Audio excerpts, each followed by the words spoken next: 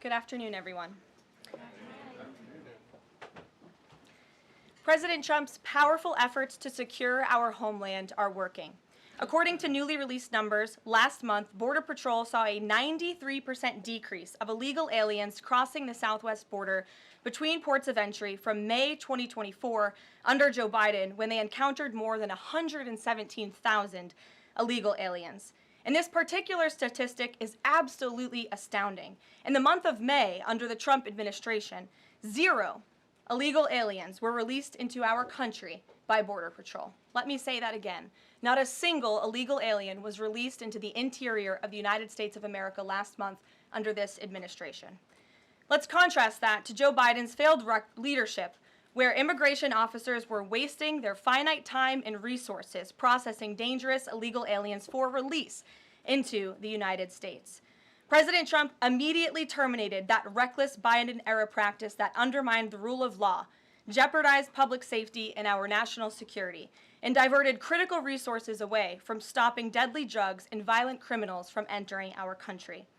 That's the reason why not a single illegal alien was released into the interior of the United States in the month of May. And as a result, we now have a border that is reaching unprecedented levels of operational success. The efforts by President Trump to stop the illegal immigrant invasion and secure the border in this short amount of time represent one of the greatest achievements by a presidential administration in the history of our great country.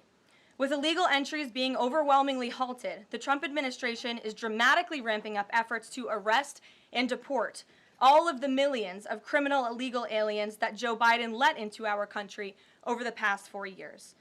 President Trump has directed all of our ICE officers to do everything in their power to carry out the single largest mass deportation operation in history. Illegal criminals who are hiding in America's largest so-called sanctuary cities will be increasingly targeted for removal. Radical Democrats will no longer be allowed to shelter illegals who threaten public safety as part of their cynical efforts to expand political power, drain the American taxpayer, and artificially lower wages and steal American jobs. ICE officers are courageous heroes, upholding the rule of law and keeping our citizens safe. And they have the full and unwavering support of this president. In economic news, President Trump's pro-growth agenda is delivering for the American worker. Through the first 5 months of the Trump administration, real blue-collar wages are up nearly 2%. It's the strongest growth in nearly 60 years and a stark contrast from the negative wage growth seen during the first 5 months of the Biden administration. America is quickly returning to the successful formula of the first Trump administration: low inflation and rising wages. Once the big, beautiful bill is passed, this positive trend will only accelerate. Senate Republicans are continuing to push this critical legislation forward. The One Big Beautiful Bill will drive growth and supercharge the American economy. The Council of Economic Advisors found that the One Big Beautiful Bill will raise take-home pay by nearly $14,000 for a year for the average family of 4. The CEA also found that the One Big Beautiful Bill will increase wages as much as $11,000 for the average worker in America. The One Big Beautiful Bill expands the child tax credit and makes it permanent for more than 40 million families with children. And the bill will deliver no tax on tips, no tax on overtime, and substantial tax cuts for our incredible seniors.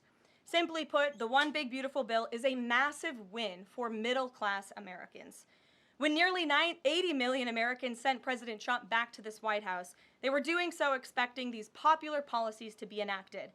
Republicans in Congress have a mandate to deliver, and President Trump demands they send this historic bill to his desk for signature by Independence Day, July 4th. The American people are fully behind President Trump. According to brand new polling from Insider Advantage, a clear 54% majority of Americans approve of the job President Trump is doing. That's because this president is keeping his promises and taking action every day to improve their lives. And passing this bill will help fulfill a number of President Trump's core campaign promises. Now, regarding the ongoing situation in Iran, I know there has been a lot of speculation amongst all of you in the media regarding the president's decision-making and whether or not the United States will be directly involved. In light of that news, I have a message directly from the president, and I quote, "Based on the fact that there's a substantial chance of negotiations that may or may not take place with Iran in the near future. I will make my decision whether or not to go within the next 2 weeks. That's a quote directly from the president for all of you today. So we'll kick it off for questions here in our new media seat. We have Eli Lake from the Free Press. Eli, go ahead. And Thanks so much for having us. Thank you. The Free Press. The decision to extend the, delay in enforcing the TikTok ban. Sure. Can you talk about how the White House understands its constitutional authority in light of the Supreme Court's decision in January that said that the president had to enforce the ban? Sure. Well, as all of you know, because the president put it out on his Truth Social today, he did sign an executive order to extend the TikTok ban for 90 days. So in the effort to make a deal. And the White House counsel and the Department of Justice have reviewed this executive order, and I can get it for you. I think it's on our website by now. If it's not, my team will now put it up immediately. And you can read the language in that executive order. And the White House counsel's office and the Department of Justice strongly believe in the legal rationale for this executive order. They wouldn't have the president's pen hit it if they didn't. And the political reasoning for this, of course, is because the president made a promise to keep TikTok on. There are 100 million Americans who use this app. It's wildly popular. He also wants to protect Americans' data and privacy concerns on this app, and he believes we can do both things at the same time. So he's making an extension so we can get this deal done. Can I get a follow-up? Sure.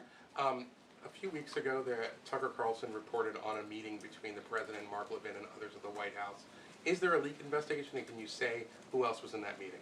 I'm not aware of a leak investigation at this time. I, for one, do not reveal details about the president's private meetings without his permission to do so. But certainly the president does not like when people leak. He takes that very seriously. This entire administration takes that seriously, and that's why you've seen at agencies some of the cabinet secretaries have been given the authority by the president to let go of staff who are engaged in such leaks, especially those that risk American national security. Sure. Go ahead. Karoline, thank you. So Rhino warmonger Lindsey Graham, he recently called on the U.S. to go all in. That's quite the lead to a question. Right. What's your message to everyday Trump supporters? Not the Tucker Carlsons or other big names, but everyday Trump supporters, grassroots who voted for President Trump to stop the wars, rejected this in the primary, going into another war with voting against Nikki Haley, and they want to see non-U.S. involvement in this war. What's your message? Trust in President Trump.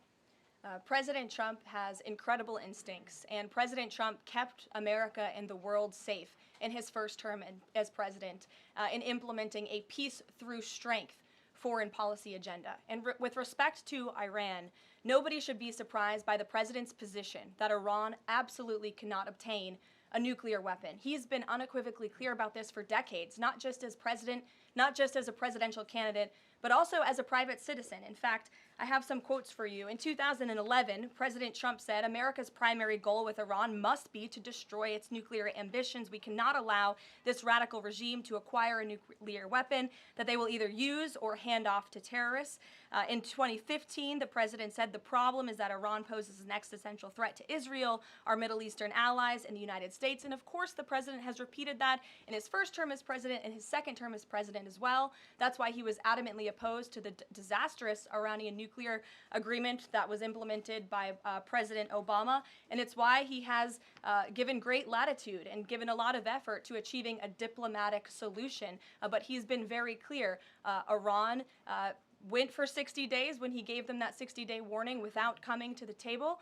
On day 61, Israel took action against Iran. And as I just told you from the president directly, he will make a decision within 2 weeks. A follow-up? Sure. Go ahead, Natalie. Thanks, Caroline. Can you confirm whether Steve Witkoff has been in touch with the Iranian foreign minister? And does Witkoff plan to go to Geneva tomorrow for talks? I am not tracking that on Mr. Witkoff's travel schedule, but I can certainly check in with him to be sure. As for correspondence between the United States and the Iranians, I can confirm that correspondence has continued. As you know, we were engaged with 6 rounds of negotiations with them in both indirect and direct ways.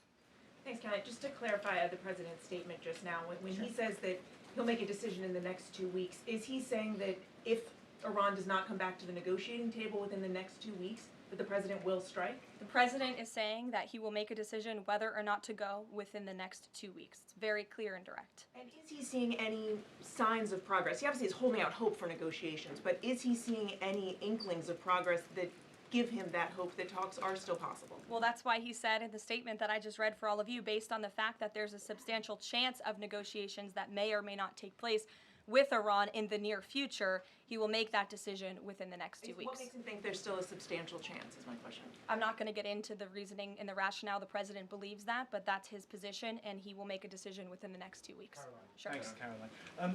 President Trump has said previously in regard to Russia, he's used this phrase about 2 weeks several times in terms of like, we expect like a 2-week deadline and then you give another 2-week deadline. How can we be sure that he's going to stick to this one on making a decision on Iran? Well, in those deadlines, as you've seen in respect to Russia, Ukraine, might I add, these are two very different, complicated global conflicts, as you know, that the president inherited from our previous incompetent president in the weakness of the previous administration. And the president has spent a tremendous amount of time and effort cleaning up these crises that were caused by the last administration's just complete dereliction of duty on the world stage and American weakness. Now we have American strength again. With respect to Russia and Ukraine, because of that American strength, and the president's leadership, we have seen these two sides engage in direct negotiations. And the last time the president said 2 weeks, you saw Russia and Ukraine have direct negotiations for the first time in years. And so the president is always interested in a diplomatic solution to the problems and the global conflicts in this world. Again, he is a peacemaker in chief. He is the peace through strength president. And so if there's a chance for diplomacy, the president's always going to grab it. But he's not afraid to use strength as well, I will add. Francesca. Thanks, Caroline. What exactly would a deal with Iran need to entail? No enrichment of a uranium, and it would absolutely not. Iran is not absolutely not able to achieve a nuclear weapon. The president has been very clear about that. And by the way, the deal that Special Envoy Witkoff proposed to the Iranians was both realistic and acceptable within its terms, and that's why the president is sent that deal to them. To follow up on what you told Natalie, are the talks that the United States is currently having with Iran direct, or are those through intermediaries? And if so, which countries are acting as the intermediary right now? Out of respect for the ongoing discussions and negotiations, I am not going to get into the details of them.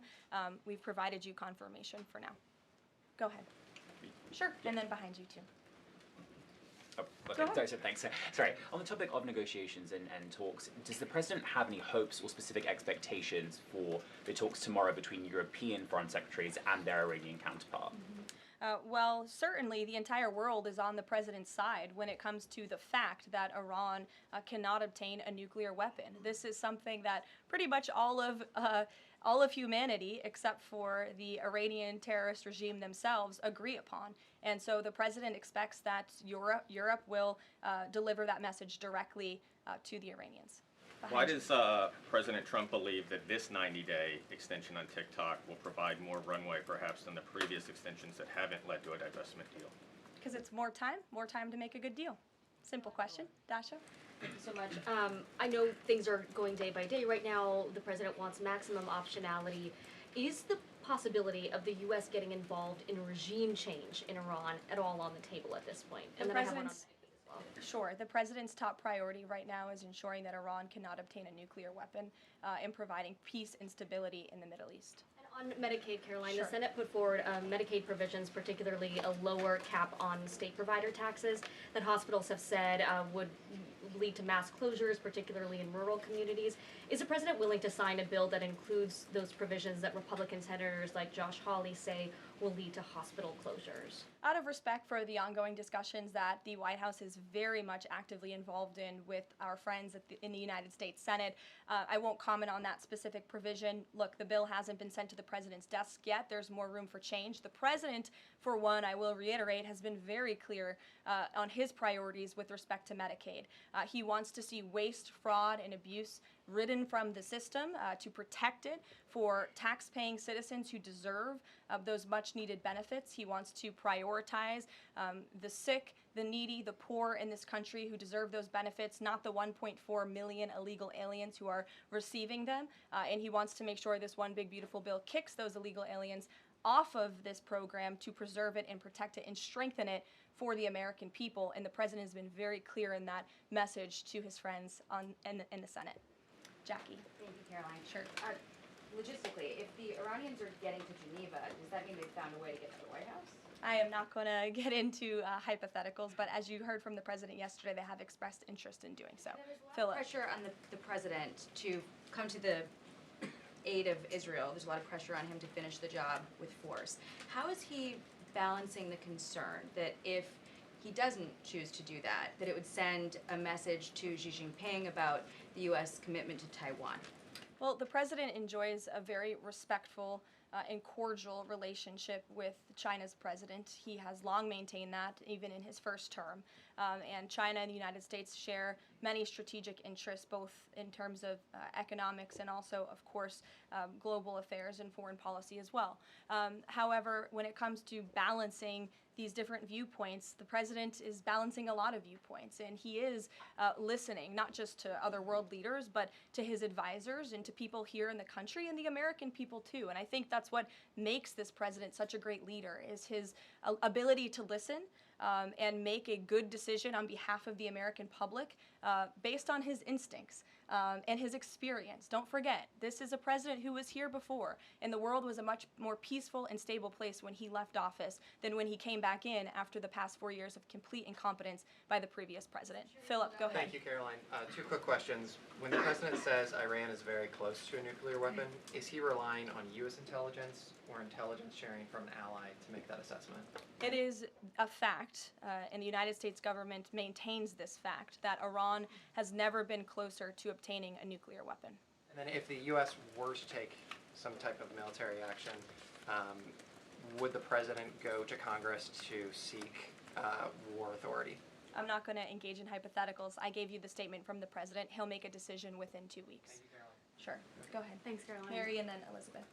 Two questions, one on Iran and then the second on something Jasmine Crockett said this morning. So given that we know the Iranian government did order an operative to assassinate the president, is there concern that Iran might respond with non-traditional military ways to some kind of strike on Iran, such as another assassination attempt? And has the Department of Justice looked into this last attempt on the president's life? I believe Secret Service and the FBI have looked into the 2 assassination attempts that took place against the president, both of which were sad days in our nation's history. So I would defer you to the Department of Justice on where those investigations stand. But as for your question regarding Iranian retaliation, I'm not going to engage in hypotheticals again, but I can assure the American public and the world that this administration is prepared and ready to defend American interests and assets, not just in the region, but here on our homeland as well. Thank you. And then really quick on Jasmine Crockett, she said, I believe, that Trump supporters are mentally ill before calling for bipartisan support against the president. Can you respond to that, especially considering she's a rising star in the Democrat Party right now? She is a rising star. It's quite something to behold, actually.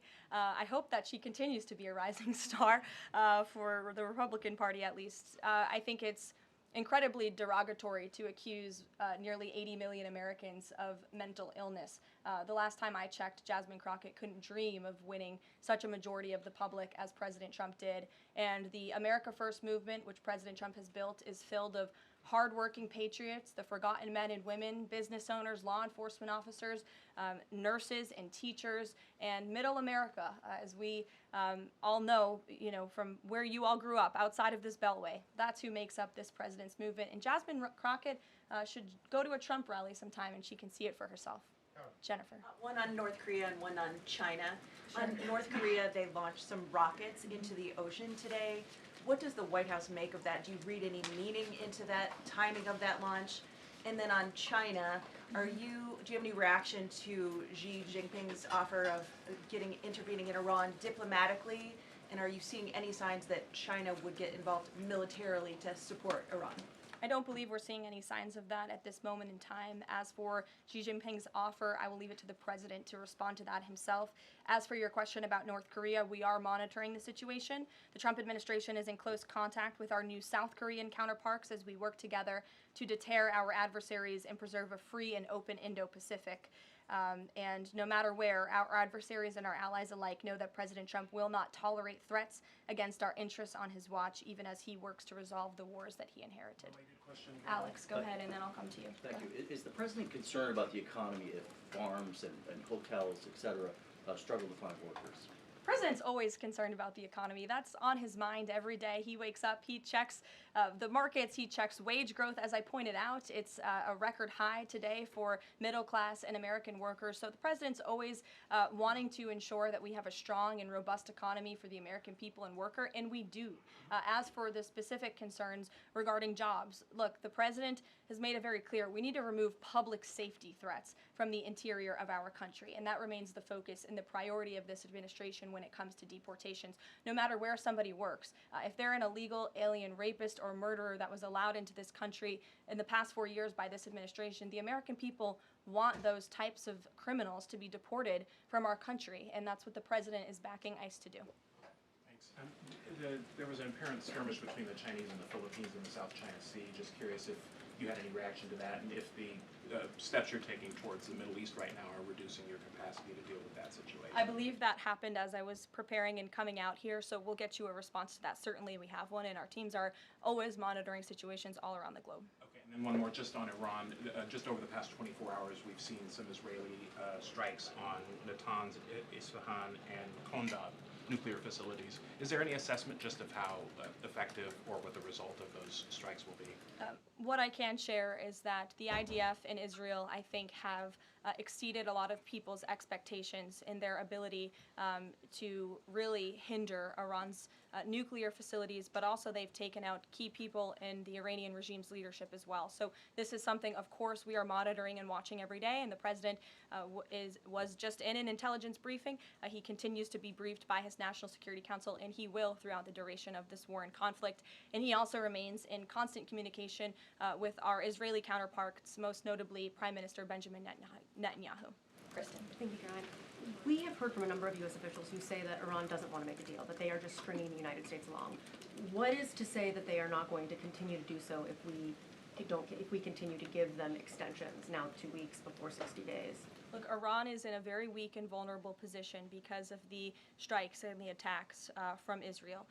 And with respect to the president's statement, I shared that with all of you. And he has been very direct and clear. Iran can and should make a deal. We sent a deal to them that was practical, that was realistic, or they will face grave consequences. Why is Steve Witkoff not participating in the talks this week? I can ask Mr. Witkoff why he is not. Thanks, Caroline. Does the president object if Israel attempts its own operation against Fordo in the next 2 weeks? I won't decide that for the president, nor will I share that here. I'll let him speak to that. And then just another one. Iran is apparently warning Europeans that if it's struck by the U.S., it may withdraw from the nuclear proliferation treaty. That would result in throwing out inspectors and taking the program dark. What does the president think of the value of having Iran as a full signatory of that treaty? Well, that's reckless rhetoric, but I understand the Europeans are meeting with the Iranians tomorrow, so we'll see how that meeting goes. Just one more on Juneteenth. Does the president plan to commemorate the holiday today or make any comment on it? I'm not tracking his signature on a proclamation today. I know this is a federal holiday. I want to thank all of you for showing up to work. We are certainly here. We're working 24/7 right now. Nikki, go ahead. Actually, that was my question. Will he plan to mark Juneteenth in any way, either today or with an event later on, maybe next week? Sure. I just answered that question for you. Go ahead. Thank you very much, Caroline. The fact that this president is giving some time and space for diplomacy, another 2 weeks, does it mean that the president is trying his best to avoid a direct conflict with Iran?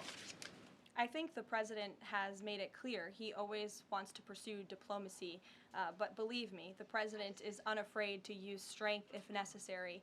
And Iran and the entire world should know that the United States military is the strongest and most lethal fighting force in the world, and we have capabilities that no other country on this planet possesses. Owen. Caroline, good afternoon. The Supreme Court, as you know, has upheld Tennessee's ban on transgender medical procedures for minors, puberty blockers, hormone therapy, etc. The White House reaction to that, please. That's a huge victory for America's children, and it's obviously something this administration believes strongly in, that young minor children should not be allowed to be subjected to chemical castration and mutilation. The president himself has taken very strong orders, or has signed very strong executive orders on this, and we are grateful for Tennessee's efforts to protect our children, and we are grateful the Supreme Court ruled on the side of the law, but also on the side of protecting America's innocent children. Elizabeth, go ahead. Sorry, I skipped you earlier. Okay, thank you so much. Secretary of State Marco Rubio announced new vetting procedures on student visas. Will this serve as a model for vetting other foreign visas?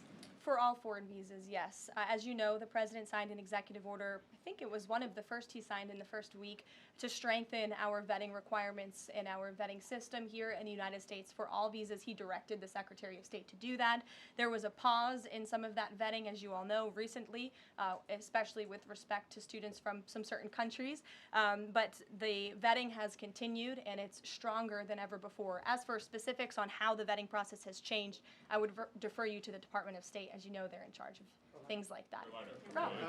Thank you. To what extent is this 2-week delay with Iran the result of interventions by the likes of Tucker Carlson, Marjorie Taylor Greene, or the entreaties of European leaders who want a de-escalation? Look, the president hears all voices across the country, and he makes decisions based on his instincts. And he has always said diplomacy is his first option. And is he still planning to attend the NATO summit next week? He is, yes. We will be departing from Washington on Monday morning, and hopefully we'll see some of you there. Kayla. Thanks, Caroline. Oil prices have been spiking over the last week. Is the president watching the oil market, and is that factoring into his decision-making in the Middle East? Again, as I said to, I think, Alex's question previously, the president is always watching, and this administration is doing more than any in history to bring oil prices and gas prices here at home down for the American public. They have been plummeting since President Trump's inauguration because of the executive action and the federal action this administration has taken on the home front. But yes, of course, he's paying attention and monitoring that. But as for whether it's weighing into his decision, there's a number of factors that, of course, are, and as I said, he will make that decision in the next 2 weeks. Can't reiterate that enough. Ouija. Caroline, thank you. With regard to a potential deal, Iran has said it will not negotiate under duress. Does the president believe there should be a ceasefire in these next 2 weeks as the U.S. tries to broker a deal? That's not what he said in the statement he dictated to me, so I won't get ahead of the president or add anything additional to the statement that he gave me the liberty to share with all of you. And then just to follow up on how close Iran is to a nuclear weapon, can you clarify, when the president said a few weeks away, did he mean obtaining enough enriched uranium to start building a weapon, or did he mean Iran is a few weeks away from completing the production of a weapon? I'm glad you asked that, Ouija. It's an important question, and it's one, frankly, the media has been getting wrong. Let's be very clear. Iran has all that it needs to achieve a nuclear weapon.